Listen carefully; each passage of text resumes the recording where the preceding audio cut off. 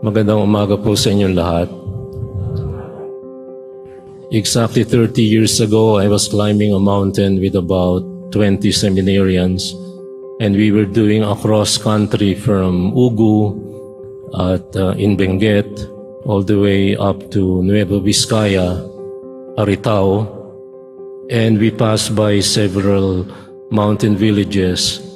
And this was when I understood what hospitality really meant, and how when you refuse the hospitality offered you by the chieftain, then you will be in trouble. Anyway, the chieftain of that village, knowing that I was a priest, invited me for a pinikpikan. Pinikpikan is when they pinipitik yung manok hanggang sa mamatay para mabuo yung dugo at yung pala ang masarap. Dinadaya nila ngayon yan, binubugbog ng pamalo, hindi pinipitik. Anyway, it was supposed to have been a big event for the village, and I declined and I said, I'm very tired. I'd rather go inside my tent, my favorite tent, and spend the night dreaming about the next hike for the next day. And I never realized that it is true about what they say, that when you refuse an invitation like that from somebody honored and powerful in the village, then they get offended. And they were offended. They were mad with me. So the next morning, I had to give them a peace offering, and I told them I was gonna say Mass for them. The Mass solved everything. So we parted as friends. And incidentally, I forgot to bring my alb at the time, because you know, when you climb a mountain, your backpack should have only 1/3 of your body weight. So since it was a 5-day cross-country trip, my priority was food and water and thick clothing for the rarefied atmosphere up on the mountain. And so I forgot my alb. But there was a Muslim who was with us. We're in the group somehow, not with my group, but there was some Muslim there who had this long, parang sutanang damit. So I said, "Pa, pwede bang hiramin yan?" So ginamit ko yung damit ng Muslim na puti. I don't know where he got it, but I found it useful at that particular time. There was another time we were climbing with a smaller group up in Pulag. And coming down, we passed by the forest ranger station. And there was only one guy in charge of the forest ranger station. And before we bunkered up for the night, the forest ranger said, "Please join me drinking yung Cuatro Cantos, the most saleable drink you have in the Philippines." Ano ba tawag doon? San Miguel, no? Yung Cuatro Cantos na mumurahin. 35 pesos lang, diretsong lasing ka na, no? Di ba? So, bong, alam mo yan, ha? Anyway, I said no, we're very tired, we'd rather sleep. And during the middle of the night, I realized that somebody was shouting at us, telling us to wake up. He was very mad with me, and he had a long firearm, and it was pointed right at me because I had refused to drink with him and finished the several bottles of San Miguel Gin Bulag. Okay, at the time it was already known as Gin Bulag. But then I thought that was gonna be my end. Well, I'm saying Mass together with you today, so as they say in Spanish, mala hierba nunca muere, bad grass never dies, so whether you like it or not, I'm still here. My point here is that the first reading talks about the hospitality of Abraham. Sipag, tiyaga, at aruga. Sinabi ni Abraham, "Wag naman kayo magtuloy-tuloy at lampasan yung bahay ko, yung aking tolda. Kung mamarapati ninyo, maghahanda ako kahit papano." Nagpahuli ng maliit na bisirong kambing o tupa at nagpaluto ng tinapay kay Sarah. At nang makakain sila, sinabi ng bisita nila, Pagbalik ko dito sa 1 taon, may anak na yung asawa mo. Hospitality, sipag, tiyaga, aruga. Nagsipag si Abraham, pero bakit siya nagsipag at nagtiyaga? Sapagkat meron siyang aruga. At hindi niya nakalimutan sa kanyang kasipagan at katiyagaan ang obheto, ang object, ang kahihinatnan, ang tagapagtanggap, ang kanyang pag-aaruga, ang kanyang mga bisita.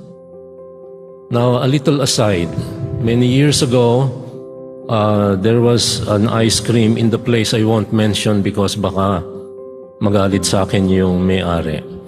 Ang pangalan ng ice cream niya, sipag at tiyaga, yun yung tinatawag nating dirty ice cream. Ang sarap ng kanilang sipag at tiyaga. Pero nung makita ko, nung ako'y nag-hiking sa lugar na yon, nung makita ko kung paano ginawa, ayoko nang kumain ng sipag at tiyaga. Gusto ko na lang aruga. Bakit? Madumi eh. Doon niya hinuhugasan yung kanyang mga gamit sa pusali. Doon sa, it was a stream that passed through several towns. So coming from the mountains, passing through towns in the Filipino system called Bangko Filipino, deposito dito, deposito doon, deposito kahit saan, kahit kailan. Madumi yung tubig. So ayoko nang kumain ng sipag at tiyaga.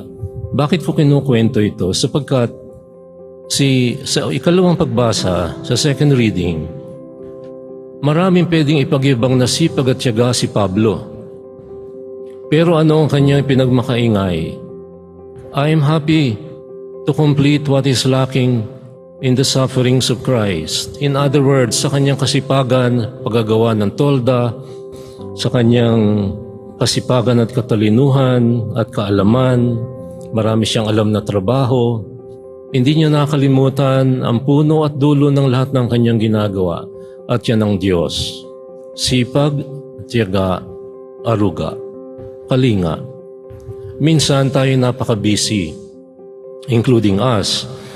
Mga Salesiano lagi nagtatatakbo yan, lagi nagmapandali. At para sa amin, pagka walang hawak na bola at walang nag-iingay sa gym, hindi kami Salesiano. Dapat maingay, dapat may bata, dapat may ginagawa lagi. Kaya, ayan. Ano ang leksyon ng ikatlong pagbasa ang Ebanghelyo? Si Marta at si Maria. Si Marta nagsipag, nagtiyaga, pero hindi nag-aruga. Si Maria, alam niya ang una dapat unahin. Ang pag-aaruga at pagkalinga sa Diyos. Ang pagmamahal sa Diyos. Martha did the good thing. By doing all that was necessary to be done, cooking and serving and doing everything else to make the guest happy, tulad ng ginawa ni Abraham, pero nakalimutan niyo yung bisita. Si Maria, inuna niya ang bisita. Inuna niya ang dapat unahin. Ginawa niya ang dapat unang gawin. Martha, Martha, you are anxious and worried about many things. True, you have done good, but you haven't done well. Why? There is a need of only one thing, and Mary has chosen the better part. It will not be taken from her. Mary didn't choose the exclusive thing. Take note, the Lord said Mary has chosen the better part, not the exclusive part, to the total exclusion of everything else.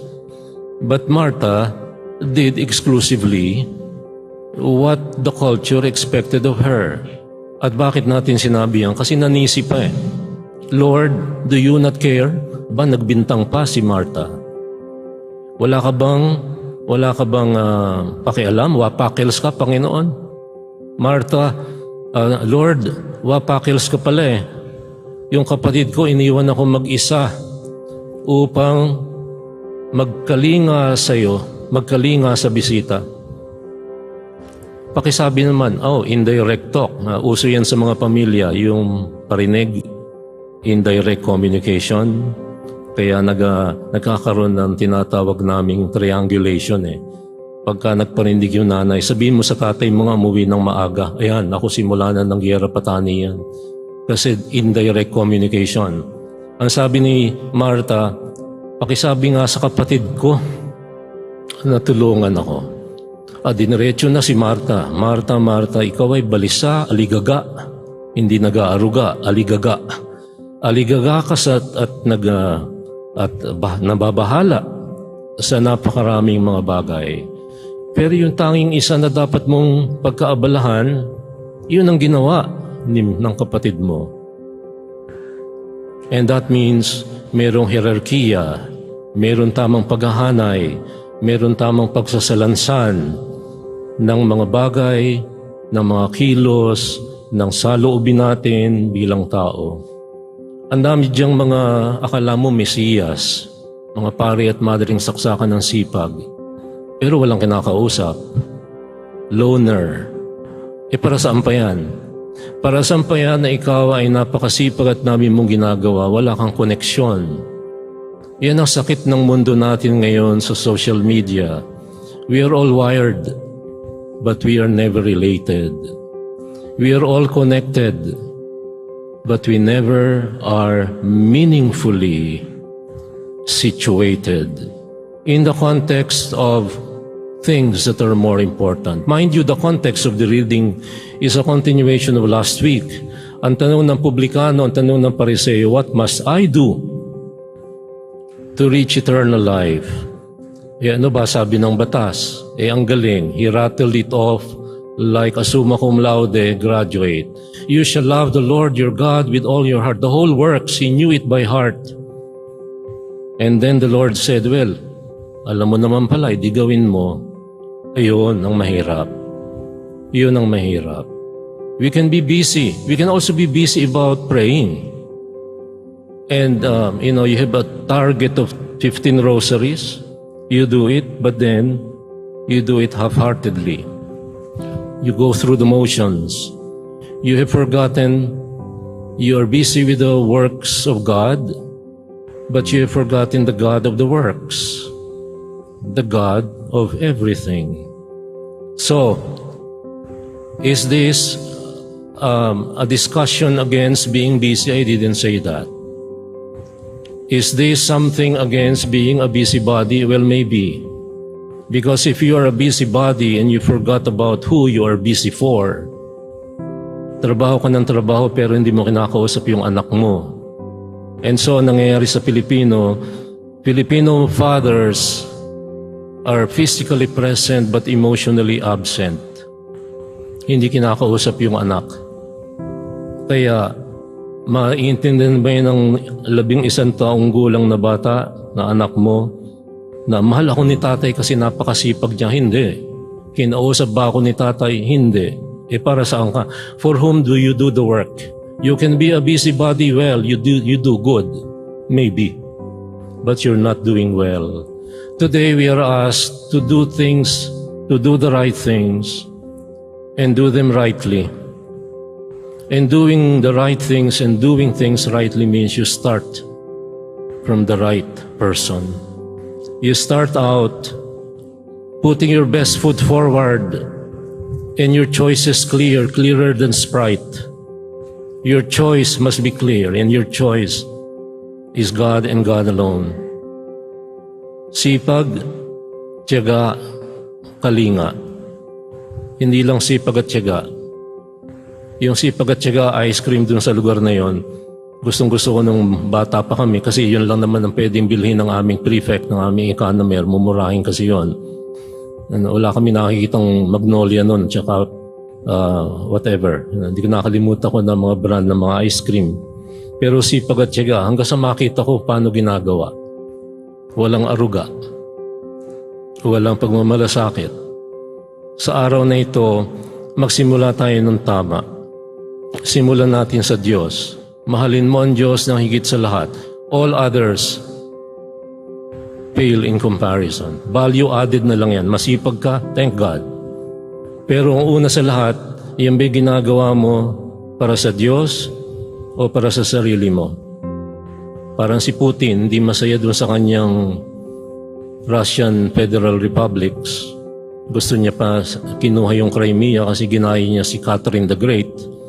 Si Catherine the Great ang nagkarga sa empire ng Russia sa Crimea. Binawi niya noong 2014. Nagbulag-bulagan ang Western nations, the rest of the democratic world. Ngayon akala niya makukuha niya in 48 hours. Nakakita ng katapat. Pero salbahe pa rin. Gusto pa rin maging tulad ni Peter the Great, ni Catherine the Great. Paswapangan. Bakit? It's not about the Kiev Rus culture because the Russian culture started in Kiev Rus, and he wants it back. It's not about that. It's about the oil and the gas in the Donbas region that they discovered only 12 years ago. It has to do with the monopoly of gas and oil. And Putin is the CEO of the oil and the gas company in Russia. For whom do you do your work? You may be a very good worker. You may bring in a lot of money to your family. But if you don't talk to your children, may sipag at tiyaga ka pero wala kang aruga. At ang aruga'y nagmumula sa simulain ng lahat ng uri ng pag-ibig. At yan ay ang Diyos at wala nang iba. Wala nang iba na dapat hanapin pa.